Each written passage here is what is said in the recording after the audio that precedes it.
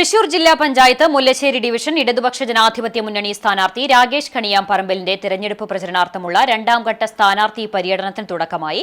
കണ്ടാണിശ്ശേരി പഞ്ചായത്തിലെ ചൊവ്വലൂരിൽ നിന്നും ആരംഭിച്ച പ്രയാണം കണ്ടാണിശ്ശേരി, ചൂണ്ടൽ, എളവള്ളി പഞ്ചായത്തുകളിലൂടെ പ്രയാണം നടത്തി കാക്കശ്ശേരിയിൽ സമാപിച്ചു.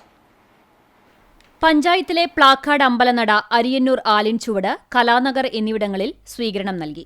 സ്വീകരണ കേന്ദ്രങ്ങളിൽ സിപിഐഎം നേതാക്കളായ AK Hussain, C Ambikesan, PA Mustafa, K Sachin, CPI നേതാക്കളായ VR മനോജ്, PS ജയൻ, ബിന്നി ആന്റണി എന്നിവർ സംസാരിച്ചു.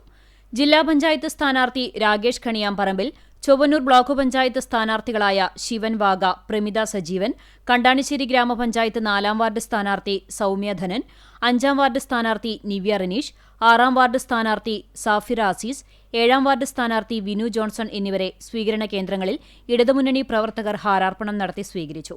സ്വീകരണങ്ങൾക്ക് സ്ഥാനാർത്ഥി രാകേഷ് കണിയാംപറമ്പിൽ നന്ദി പറഞ്ഞ് സംസാരിച്ചു.